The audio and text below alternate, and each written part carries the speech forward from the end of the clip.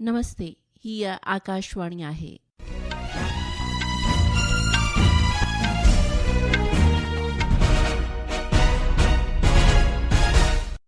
हींअर हुई तमन्ना लालवाणी खां ॿुधंदा सिंधीअ में समाचार। सभ खां अवल अहम सुर्खियूं। प्रधानमंत्री नरेंद्र मोदीअ 80हें आज़ादी ॾींहुं समारोह जी कमानी संभाली। प्रधानमंत्रीअ चयो त पार्लियामेंट ऐं राज्य विधानसभाउनि में महिलाउनि जे लाइ महफ़ूज़गी लागू करण जे मुद्दे खे सियासी लड़त न बणायो वञे। प्रधानमंत्री नरेंद्र मोदीअ विद्यार्थियुनि लाइ मुफ़्त ऑनलाइन कोचिंग जी पधिराई कई। गृह वज़ीर अमित शाह अॼु राजस्थान जे अलवर में दौरे ते रहंदो। अमृत उद्यान अॼु खां 15 सेप्टेम्बर ताईं आम आवाम लाइ खुलंदो ऐं उपराष्ट्रपति CP राधाकृष्णन अॼु खां तमिलनाडु जे दौरे ते। ख़बरूं तफ़सीलवार ॿुधंदा। प्रधानमंत्री नरेंद्र मोदी साल 2047 ताईं विकसित भारत बणाइण में युवा शक्ति जी भूमिका ते बल ॾिनो आहे। 80हें आज़ादी ॾींहं जे मौक़े ते काल्ह नईं दिल्लीअ में लाल किले ते झंडो फहिराइण खां पोइ हुन चयो त अॼु भारत हिकु तमामु वॾे सुपने साण अॻिते वधी रहियो आहे। श्री मोदीअ चयो त गुज़िरियल 12 सालनि में देश जे करोड़े नागरिकनि संकल्प ऐं समर्पण सां देश खे नयूं ऊचाइयुनि ताईं वठी वञण जूं कोशिशूं कयूं। हुन चयो त इन दौरान देश में इलेक्ट्रॉनिक्स ऐं मोबाइल मैन्युफैक्चरिंग खेत्र में केतिरा दफ़ा उत्पादन वधियो आहे। आर्टिफिशियल इंटेलिजेंस जे वधंदड़ उपयोग जो ज़िक्र कंदे प्रधानमंत्रीअ चयो त देश जी युवा शक्ति AI जे खेत्र में अहमियत भरियूं कोशिशूं करे रही आहे। हमने पिछले दिनों AI इम्पैक्ट समिट किया था। AI का विस्तार बहुत तेजी से बढ़ रहा है। लाल किले से मैं देश के नौजवानों के लिए घोषणा करना चाहता हूं। हमने तय किया है कि आने वाले 1 वर्ष में 1 करोड़ युवाओं को AI स्किल के लिए ट्रेनिंग देने का हम काम करेंगे। हरीफ़ाई इम्तिहाननि में समाज जे हर तबके जी हाज़िरीअ खे सहंजो बणाइण लाइ श्री मोदीअ चयो त विचोले तबके जे परिवारनि जे ॿारनि लाइ सरकार मुफ़्त कोचिंग जो इंतज़ाम करे रही आहे।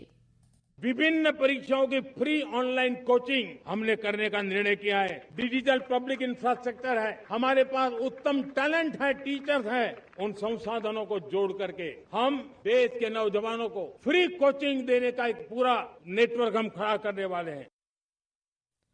प्रधानमंत्री नरेंद्र मोदीअ सभिनी सियासी धुरियुनि खे अपील कई आहे त पार्लियामेंट ऐं राज्य विधानसभाउनि में महिलाउनि लाइ महफ़ूज़गियूं लागू करण जे मुद्दे खे राजनीतिक लड़त न बणायो वञे। आज़ादी ॾींहं जे मौक़े ते लाल किले जे अंगण खां राष्ट्र खे ख़िताब कंदे प्रधानमंत्रीअ चयो त सभई धुरियूं अॻिते अचनि ऐं महिलाउनि खे सन्मान ॾींदे इहा ख़ातिरी कनि त लोकसभा ऐं राज्य विधानसभाउनि में महिलाउनि खे जल्द अज़ जल्द 33% एवज़ीपणो मिलंदो। जल्द से जल्द हमारी माताओं बहनों को 33% विधानसभा और लोकसभा में उनको प्रतिनिधित्व मिले। वे भारत की नीति घड़तर के अंदर अपना योगदान दे। समय की मांग है और मैं सभी राजनीतिक दलों से फिर से आग्रह करता हूं, आइए महिला आरक्षण लागू करके महिला सम्मान में आप भी जुड़िए, लेकिन मेरी माताओं बहनों को हक दीजिए। हुन वधीक चयो त देश जी नीतियुनि खे आकार ॾियण में महिलाउनि जी अहम भूमिका आहे ऐं उन्हनि खे इन में बराबर वज ॾियणु घुर्जे। हुन सभिनी राजनीतिक धुरियुनि सां महिला महफ़ूज़गियुनि जे असरकारक अमलीकरण जे लाइ मिली कमु करण जो सॾु ॾिनो।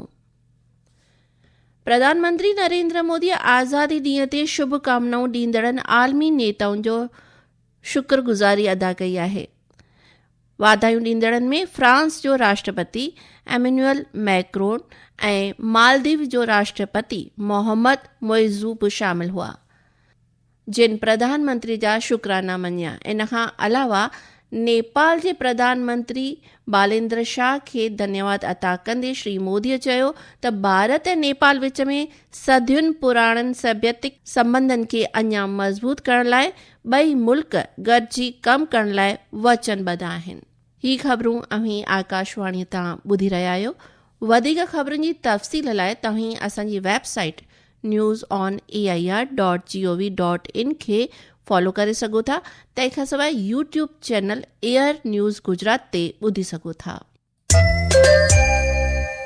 अमेरिकी विदेश मंत्री मार्को रूबियो भारत जे माण्हुनि खे आज़ादी ॾींहं जूं वाधायूं ॾिनियूं आहिनि। पंहिंजे संदेश में हुन चयो त राष्ट्रपति डोनाल्ड ट्रंप ऐं प्रधानमंत्री नरेंद्र मोदीअ विच में शख़्सी लाॻापन जे करे भारत अमेरिका रिश्ता नाता लगातार मज़बूत थी रहिया आहिनि। श्री रूबियो चयो ॿिन्ही मुल्कनि जी अवाम विच में दोस्ती ऐं ख़ानदानी रिश्ता इन मज़बूत ऐं दूरांदेशी भाईवारीअ जी बुनियाद आहिनि। मरकज़ी घरू ऐं सहकारिता मंत्री अमित शाह अॼु राजस्थान जे अलवर दौरे ते रहंदो। हू जनाब अलवर सरस डेयरी अंगण में नए प्लांट जो संग बुनियाद रखंदो। अमृत उद्यान अॼु खां ईंदड़ महीने जी 15 तारीख़ ताईं आम आवाम लाइ खुलियल रहंदो। उद्यान सुबुह 10 बजे खां शाम जो 6 बजे ताईं खुलियल रहंदो, जॾहिं कि आख़िरी दाख़िला शाम जो 5 बजे ताईं रहंदी। उपराष्ट्रपति सीपी राधाकृष्णन अॼु तमिलनाडु जे 2 ॾींहंनि जे दौरे ते रहंदो। इन दौरान हू चेन्नई, चेंगलपट्टू, तिरुवरूर ऐं तंजावुर में केतिरनि कार्यक्रमनि में शामिल थींदो। अॼु दौरे खां अॻु राष्ट्रपति चेंगलपट्टू में SRM विज्ञान ऐं तकनीकी इदारे जे 22 पदवी इनायत समारोह में हिसो वठंदो।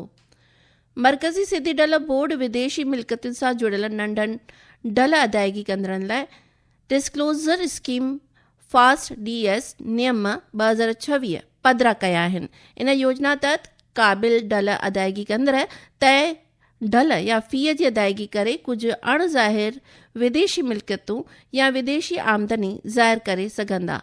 हिकु रिपोर्ट। करदाता की विदेशी संपत्ति डिस्क्लोजर स्कीम एक बार की स्वैच्छिक घोषणा योजना है जो फाइनेंस एक्ट 2026 के चैप्टर 4 में शामिल है। यह योजना करदाता को एक तय कर का भुगतान करके कुछ ऐसी विदेशी संपत्तियों या विदेशी आय की जानकारी देने की सुविधा देती है जिनका पहले खुलासा नहीं किया गया था। इनकम टैक्स डिपार्टमेंट ने करदाताओं में जागरूकता बढ़ाने की और स्कीम को बेहतर ढंग से समझने में मदद करने के अपने लगातार प्रयासों के तहत इस स्कीम को और इसके नियमों पर एक विस्तृत डॉक्यूमेंट जारी किया है। प्रिया मंडल की रिपोर्ट के साथ समाचार कक्ष से विकास नापा। ओडिशा जी बैतरानी नदीअ में आयल बोड राज्य जे उत्तरी इलाइके में आम जनजीवन के मुतासिर कयो आहे। एक रिपोर्ट। उत्तरी ओडिशा में बाढ़ की स्थिति गंभीर हो गई है क्योंकि बैतरणी नदी में बाढ़ की चौथी लहर आ गई है। भद्रक जिले के अखुआपदा में नदी खतरे के निशान 18.33 मीटर को पार कर गई है और आज सुबह 7 बजे तक 18.38 मीटर पर बह रही थी। IMD ने मयूरभंज और बालेश्वर के लिए रेड वार्निंग और 6 जिलों के लिए ऑरेंज वार्निंग जारी की है। मंगलवार तक भारी बारिश जारी रहने की संभावना है। मछुआरों को समुद्र में न जाने की सलाह दी गई है। प्रकाश दास, आकाशवाणी समाचार, भुवनेश्वर। तंहिंखां सवाइ मौसम विभाग अॼु अरुणाचल प्रदेश, ओलह बंगाल, ओडिशा, उत्तर प्रदेश ऐं उत्तराखंड में ज़ोरदार बारिश जा इम्कान ज़ाहिर कया आहिनि। रांदियुनि जो रुख़ कंदे पुरुष क्रिकेट में भारत अॼु गैले अंतर्राष्ट्रीय स्टेडियम में श्रीलंका जे ख़िलाफ़ पहिरीं टेस्ट जे ॿिए ॾींहुं पंहिंजी पहिरीं पारी 288 रन्सुनि ते 2 विकेटुनि खां अॻियां वधाईंदो। राष्ट्रीय अॼु अॻूणे प्रधानमंत्री अटल बिहारी वाजपेयी जी पुण्यतिथीअ ते श्रद्धांजलि अर्पण करे रहियो आहे। भारतीय जनता पार्टीअ जे बर्ख नेता ऐं अॻूणे प्रधानमंत्री वाजपेयी जी साल 2018 में अॼोके ॾींहुं चालाणो कयो हो। प्रधानमंत्री नरेंद्र मोदी, गृह मंत्री अमित शाह, लोकसभा अध्यक्ष ओम बिरला अॻूणे प्रधानमंत्री अटल बिहारी वाजपेयी जी पुण्यतिथीअ ते श्रद्धांजलि अर्पण कई आहे। आख़िर में अहम सुर्खियुनि ते विझंदासीं वरी नज़र। प्रधानमंत्री नरेंद्र मोदीअ 80 आज़ादी ॾींहुं समारोह जी कमानी संभाली। प्रधानमंत्रीअ चयो त पार्लियामेंट ऐं राज्य विधानसभाउनि में महिलाउनि जे लाइ महफ़ूज़गी लागू करण जे मुद्दे खे सियासी लड़त न बणायो वञे।